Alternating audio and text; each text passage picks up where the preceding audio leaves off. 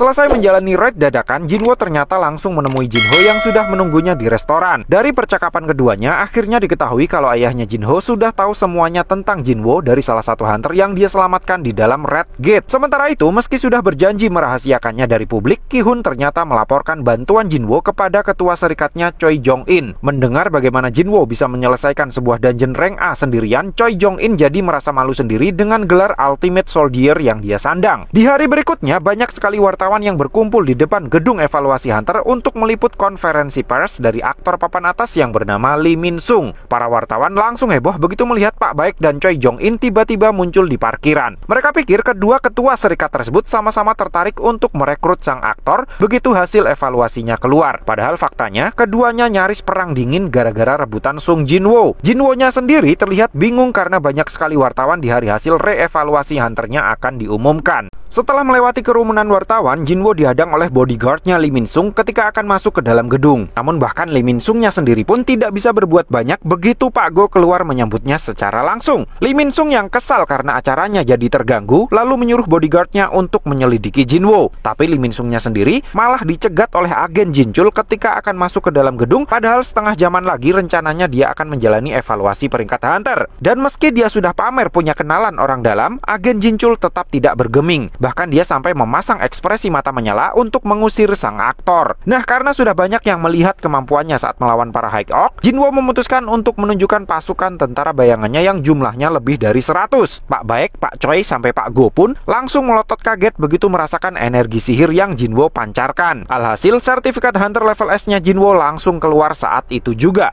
Tapi karena salah paham dengan peringatan dari Pak Baek, Jinwo terpaksa harus menghadapi sekumpulan wartawan yang sudah menunggu di depan gedung. 10 menit sebelum hasil reevaluasi Jinwo keluar, Lee Min-sung mengumumkan akan pensiun menjadi artis untuk mengabdi sebagai seorang hunter di depan para wartawan yang dia undang. Padahal niat sebenarnya dia hanya ingin menghindari wajib militer saja. Tapi rencananya langsung berantakan begitu halaman web asosiasi mengumumkan kalau Jinwo adalah hunter level S ke-10 Korea. Semua orang yang pernah bersinggungan dengan Jinwo akhirnya jadi tahu level Jinwo yang sebenarnya, termasuk ayahnya Jinho yang ternyata tujuannya mendirikan serikat Yojin adalah untuk mengumpulkan para hunter yang loyal guna menjadi pelindung bagi keluarganya. Karena menurutnya, kekuatan dan kekuasaan sebuah negara sebenarnya berada di tangan para hunter. Bahkan ada kasus di mana seorang hunter kekuatannya setara dengan kekuatan militer satu negara. Maka dari itu, dengan senang hati dia akan menyerahkan serikat Yojin kepada Jinho yang sekarang justru menolaknya karena ingin mendirikan serikat sendiri bersama Jinwo. Di sisi lain, begitu melihat cara Jinwo menghindari para wartawan, Pak Baek langsung curiga kalau Jinwo adalah seorang hunter yang bisa terus leveling. Setelah resmi menjadi seorang hunter level S, Jinwo pergi ke sebuah toko untuk menjual Orb of Avaris demi bisa mendapatkan uang cash untuk membeli sesuatu yang bisa melindunginya dari panasnya api di dalam Demon Castle. Ternyata, item semacam itu tersedia banyak di toko yang Jinwo datangi. Namun karena harganya sangat mahal, jadinya tidak mereka pajang di internet. Nah, ketika diajak masuk ke ruangan penyimpanan, Jinwo merasa aneh. Kenapa dagangan mahal mereka hanya dipajang di balik kotak kaca yang tipis? Meski sempat bilang kalau kaca tersebut dilapisi dengan sihir pelindung yang kuat, tetapi begitu melihat Jinwo serius ingin mencoba memecahkannya, si Sales langsung panik dan mengatakan bahwa sejujurnya mereka telah melakukan MOU dengan serikat Hunters terkait keamanan mereka. Kemudian saat melihat-lihat koleksi pisau di toko tersebut, Jinwo akhirnya tahu kalau pisau-pisau yang ada di item store bisa dia jual kembali dengan harga mahal di dunia nyata. Sehingga Jinwo memutuskan untuk tidak jadi menjual Orb of Avaris. Di tempat lain, Pak Baek yang curiga kalau Jinwo adalah tipe hunter yang bisa terus bertambah kuat, akhirnya menyerah untuk bisa merekrut Jinwo. Sebelum pergi menjalankan misi, Jinwo menempatkan salah satu bayangan Panglima High Oak sebagai kodam bagi Jin Ah. Jinwo lalu sekalian menyebar bayangannya untuk melindungi warga satu komplek. Keesokan harinya, dengan diantar oleh Jinho, Jinwo bertandang ke World Tower yang merupakan titik lokasi untuk bisa masuk ke dalam Demon Castle. Dengan jubah angin dan cincin tanpa nama yang dia dapatkan dari rumah lelang, Jinwo merasa sudah siap untuk menjalankan quest yang kali ini adalah membunuh Raja Iblis Baran yang tinggal di lantai paling atas. Dan begitu portal antar lantai terbuka, Jinwo langsung naik ke lantai 76,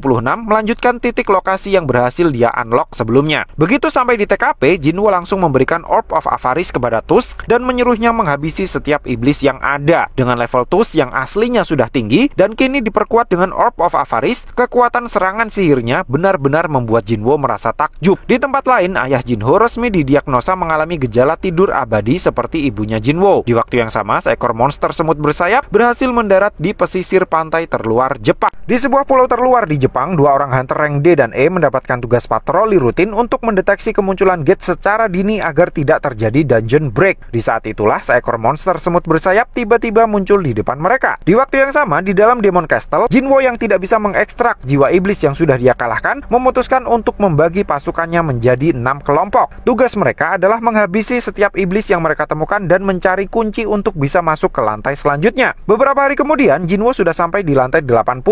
Namun di lantai 80 ini, Jinwo mengalami kesulitan untuk mencari kunci lantai selanjutnya. Dan yang lebih aneh lagi, tim pasukan bayangan yang Jinwo sebar satu persatu dihabisi oleh sosok misterius. Namun karena mereka seolah menghindari tim bayangan terkuatnya, Jinwo yakin target selanjutnya pasti timnya Tank. Dan benar, tim bayangan yang dipimpin oleh si Raja Beruang disergap oleh seorang bangsawan iblis dengan pasukan kesatria iblisnya. Selanjutnya, Jinwo langsung turun tangan sendiri untuk mengoploki mereka semua. Di hadapan Jinwo, para kesatria iblis sama sekali tidak ada artinya. Namun seorang bangsawan iblis yang menurutnya setara dengan hunter rank S cukup mampu memberinya perlawanan. Tapi anehnya, ketika akan dihabisi, si bangsawan iblis langsung mengaku kalah. Dan sesuai dugaan, bangsawan iblis itu ternyata berjenis kelamin betina. Jinwo yang sempat ragu nyaris ditusuk dari belakang. Namun Tus dengan sangat cekatan langsung membuat barier. Si iblis betina yang masih sayang nyawanya lalu berjanji akan memberikan apapun asalkan tidak dibunuh. Dan kebetulan kunci yang Jinwo cari ternyata disimpan di rumahnya. Si iblis betina juga mengaku siap menjadi tour guide-nya Jinwo karena dia tahu di mana kunci-kunci di lantai selanjutnya disimpan. Namun sebelum kebablasan, Jinwo ingin tahu terlebih dahulu siapa sebenarnya mereka. Di waktu yang sama, si semut monster yang sudah selesai membantai penduduk terlihat terbang menuju ke tempat lain. Balik lagi ke dalam dungeon. Berdasar dari ceritanya si iblis betina yang ternyata bernama Esil, diketahui kalau sebelumnya mereka tinggal di dunia iblis, tetapi karena suatu hal, tiba-tiba mereka sudah berada di dalam dungeon. Menurut ceritanya Esil, para iblis bersatu untuk berperang melawan musuh yang sangat kuat di dunia iblis. Namun saat Jinwo ingin tahu lebih jauh, sistem langsung memutus percakapan mereka dan Esil langsung pingsan. Pindah dulu ke Jepang. Meski sekompi hunter lokal sudah diturunkan, tetapi si semut masih gagal dihabisi. Setidaknya 4 hunter rank E, 1 healer rank D, 1 leader rank C, dan 294 penduduk sipil menjadi korban gara-gara seorang hunter rank A terlambat diterjunkan. Begitulah kira-kira informasi yang disampaikan oleh agen Wu Jinchul dalam sebuah rapat yang membuat geger para petinggi. Pak Go yang yakin kalau monster tersebut berasal dari Pulau Jeju, khawatir kalau dalam waktu dekat mereka mungkin akan menyerang pulau-pulau di Korea. Selesai rapat, Jinchul memberitahu Pak Go kalau Huang Dongso diam-diam menelpon dan mengaku siap untuk membantu penyerangan ke Pulau Jeju. Namun karena tahu motifnya hanyalah mengejar Jinwo, Pak Go jelas menolaknya. Balik ke dalam dungeon, setelah sadar, Esil langsung mengajak Jinwo pergi ke istananya. Dan begitu melihat Jinwo, ayah Esil langsung panik karena menyadari banyaknya tentara bayangan yang Jinwo bawa. Begitu tahu Jinwo ingin membawa Esil sebagai tour guide, bapaknya Esil setuju untuk memberikan boarding pass ke lantai selanjutnya dengan syarat Jinwo harus menjamin keselamatan putrinya itu. Setelahnya saat Jinwo akan mengajak Esil cabut, muncul notifikasi untuk menjadikan Esil sebagai anggota party terlebih dahulu. Karena tidak ingin berbagi jumlah experience dengan anggota partinya, Jinwo bilang kepada Esil agar jangan cawe-cawe dalam pertempurannya. Nah, tas besar yang dibawa oleh Esil ternyata berisi barang-barang gratifikasi untuk mengsepik-sepik setiap bos lantai. Namun Jinwo lebih memilih untuk menggerebek setiap istana bos lantai bersama pasukan bayangannya. Sementara itu di luar dungeon, seorang hunter level nasional dari Amerika menemui Pak Go untuk membahas tentang pencekalan Huang Dongso agar tidak kembali lagi ke Korea dan membuat keributan. Dan setelah semuanya deal, dia sempat menyinggung terkait pihak Korea yang mengalami kesulitan dalam menaklukkan Pulau Jeju. Namun dia hanya akan mau membantu jika bayarannya cocok. Jinchul bilang kepada Pak Go agar tidak usah mengharapkannya lagi karena seorang hunter dari serikat besar di Jepang sudah OTW ke Korea. Jinwo yang baru saja membantai habis semua prajurit iblis yang ada di dalam kastil yang dia gerebek mendapatkan banyak sekali experience yang membuat level kekuatannya naik lagi. Berkat semua itu, Igris jadi mendapatkan promosi untuk naik dari rank Knight menjadi Elite Knight dan bayangan si bos beruang naik dari rank Elite menjadi Knight. Karena sudah menjadi Knight, si bos beruang akhirnya secara resmi bisa diberi nama Tank. Nah, ternyata semenjak bersama dengan Esil, Jinwo sudah naik hingga ke level 89 dan sudah membantai 9 klan iblis. Karena mulai dari lantai 90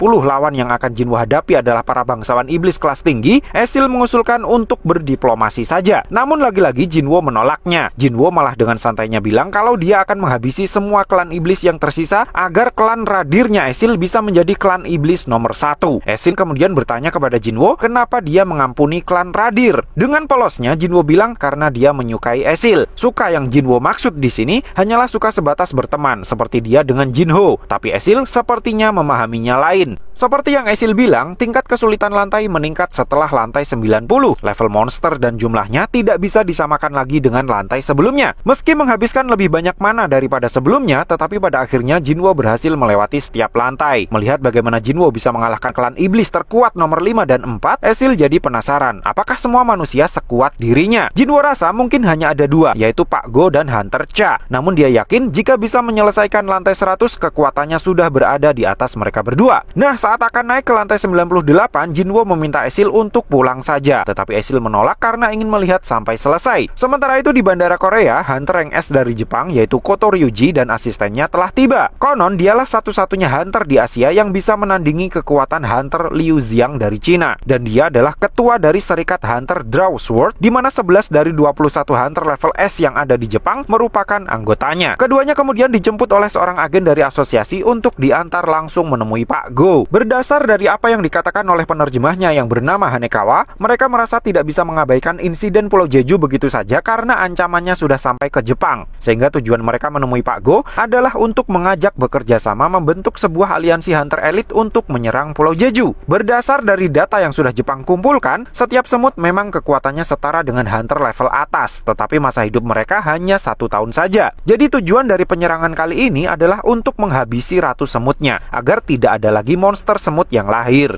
Rencananya 10 dari 11 Hunter rank S dari Serikat Draw Sword, termasuk Koto Ryuji sendiri, akan menjadi umpan untuk menarik semua monster semut keluar dari sarangnya. Setelah ratu semut ditinggal sendirian, Hunter rank S Korea akan masuk dan menghabisinya. Meski terdengar sangat menjanjikan, tetapi Pak Go terlihat masih mempertanyakan apa tujuan Ryuji yang sebenarnya. Sementara Ryujinya sendiri sepertinya mengincar titel Hunter level nasional dengan menyelesaikan raid di Pulau Jeju. Begitu melihat penampakan Raja Iblis Baran, Jinwo merasakan aura yang tidak biasa hingga membuatnya merasa ragu apakah dia bisa menang melawannya atau tidak. Terlebih lagi, si Raja Iblis mengendarai seekor naga terbang yang tentu saja akan membuatnya sangat sulit untuk mendekatinya. Namun begitu menyadari kalau naga tunggangan si Raja Iblis punya nama, Jinwo yang curiga kalau si naga bukan termasuk dari klan iblis, jadi penasaran apakah jiwa sang naga nantinya bisa dia ekstrak atau tidak. Dan pertempuran pun dimulai dengan disumonnya pasukan dari neraka oleh si Raja Iblis Baran yang jumlahnya ada lebih dari 1000 prajurit. Esil yang mulai ketakutan terus bertanya kepada Jinwo apa yang mesti mereka lakukan. Namun Jinwo tetap diam saja. Ternyata dia menunggu para tentara iblis itu masuk ke zona yang di cover oleh Domain of the Monarch, sehingga tentara bayangannya bisa langsung menyerang dengan kekuatan yang sudah ditingkatkan sebesar 50%. Melihat bagaimana tentara bayangan Jinwo bertarung, Esil jadi terkagum-kagum. Namun hatinya mulai ragu harus berada di pihak siapa, begitu dia ingat kalau dalam peperangan kali ini Jinwo lah si antagonisnya. Keraguan Esil perlahan sirna saat sang Raja Iblis menjatuhkan hujan petirnya dan Jinwo langsung melindungi Esil di balik jubah anginnya. Sadar kalau sihir petir Baran bisa menghabisi semua tentara bayangannya dalam sekejap dan membuatnya harus kehilangan banyak mana untuk meregenerasi mereka kembali, Jinwo memutuskan untuk segera naik ke atas menara lalu melompat menyerang bagian sayap sang naga agar tidak bisa terbang lagi. Namun usahanya itu nyaris berbuah kematian saat sang Raja Iblis menggunakan pedang besarnya untuk menangkis serangannya Jinwo, lalu mengoploknya hingga terlempar jatuh dari langit dan setelahnya ditembak dengan biju dama petir yang sangat dahsyat. Untungnya di saat kritis, Tusk langsung berinisiatif menyerang balik menggunakan sihir apinya. Berkat Orb of Avaris yang ada di tangannya, sihir apinya Tusk tidak hanya berhasil menahan dan membelokkan meriam petirnya Baran, tetapi bahkan bisa memukul balik serangannya itu hingga berhasil mengenai satu sayap naganya Baran, dan sang Raja Iblis beserta naganya pun langsung nyungsep ke tanah. Pertarungan yang sebenarnya antara Sung Jinwo versus Raja Iblis Baran pun akhirnya masuk ke tahap selanjutnya. Sebenarnya memanggil bayangan yang sudah dia simpan sama sekali tidak membutuhkan mana, tapi ketika pasukan bayangannya itu dihancurkan musuh, mana Jinwo akan banyak tersedot untuk meregenerasi mereka kembali. Namun rumus semacam itu sepertinya tidak berlaku bagi Raja Iblis Baran. Di sisi lain, jika tidak dibantu oleh Tusk, Iron, dan Igris, mungkin saat ini Jinwo sudah habis. Tetapi meregenerasi kembali kesatria bayangan rank tinggi seperti mereka menyedot mana yang cukup besar. Meski sempat berhasil menancapkan banyak pisaunya ke tubuh Baran, tetapi itu semua masih belum cukup untuk mengalahkannya. Bahkan kedua pisau Jinwo sampai terlepas gara-gara tidak kuat menahan biju dama petir Baran yang ditembakkan dari jarak dekat. Untungnya Jinwo cukup cekatan untuk langsung memegangi kedua tangan Baran, tapi dalam posisinya ini dia tidak akan bisa lagi menghindari biju damanya Baran. Di saat itulah Esil melempar senjatanya ke arah kepala Baran dan membuat si Raja Iblis langsung terdistrak. Jinwo yang tidak mau kehilangan kesempatan langsung memelintir kedua tangan Baran hingga putus, lalu mengakhiri perlawanannya dengan satu uppercut berkekuatan maksimal.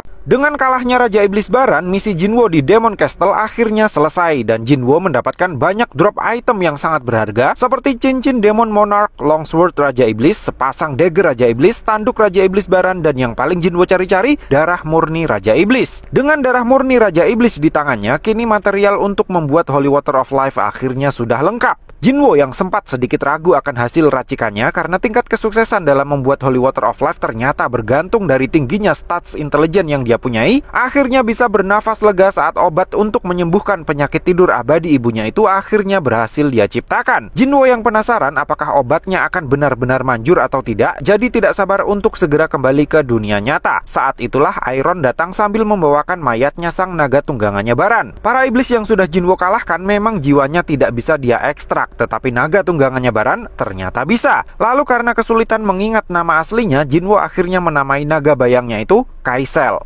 Setelah misinya dikonfirmasi selesai, Jinwo mendapatkan runestone pertukaran bayang, bonus stats 30 dan julukan baru sebagai pemburu iblis. Dengan memecahkan runestone pertukaran bayang, Jinwo kini punya kemampuan untuk bertukar posisi dengan bayangannya. Jinwo kemudian langsung berpamitan kepada Isil dan meminta maaf karena tidak bisa mengantarnya pulang. Lalu dalam sekejap mata, Jinwo sudah sampai di kompleks apartemennya. Selanjutnya, Jinwo memanggil Kaisel dan terbang melintasi langit malam kota Seoul. Sementara itu di gedung divisi pengawasan, agen Jinchul terlihat sedang menjelaskan tentang rencana penyerbuan ke Pulau Jeju kepada Pak Go. Dari apa yang dia sampaikan, para semut kecuali para pengawal ratu memang meninggalkan sarangnya saat 3 kali percobaan raid ke Pulau Jeju dulu. Masalahnya mereka bisa saja kembali sewaktu-waktu. Maka dari itu, para hunter dari Jepang akan menggunakan sinyal pengganggu untuk menghalangi komunikasi antar para semut. Saat itulah tiba-tiba Pak Go tersentak karena merasakan pancaran energi sihir yang sangat kuat. Begitu juga dengan Pak Baek dan mantan hunter Min Byung-gu yang sedang minum-minum di sebuah angkringan. Mantan hunter rank S Min Byung-gu ternyata adalah seorang healer. Dia adalah hunter rank S satu-satunya yang pensiun dengan kondisi tubuh yang masih utuh. Nah, Hunter Min pikir Pak Baek mengajaknya bertemu karena ingin merayunya agar mau ikut dalam misi penyerbuan ke Pulau Jeju. Makanya dia buru-buru bilang kalau dia tidak akan ikut. Namun Pak Baek bilang bukan itu tujuan dia mengajaknya nongkrong. Pak Baek hanya merasa kalau tidak sekarang, entah kapan lagi mereka akan bisa bertemu. Hunter Min kemudian bercerita, meskipun banyak sekali serikat yang menawarinya kerjasama, termasuk serikat milik ayahnya Jinho, dia lebih memilih untuk ikut ujian CPNS karena menurutnya tempat di mana banyak nyawa melayang bukanlah tempat yang cocok untuknya. Pak Baek kemudian merenung, mungkin pemikiran orang normal memang seperti itu, sementara pemikiran seorang hunter seperti dirinya lah yang sebenarnya tidak normal. Sementara itu di rumah sakit, Jinwo akhirnya sudah sampai ke kamar ibunya. Meski sempat ragu, tetapi pada akhirnya Jinwo memilih untuk meminumkan Holy Water of Life kepada ibunya. Setelah 4 tahun mati suri, ibunya Jinwo akhirnya terbangun kembali.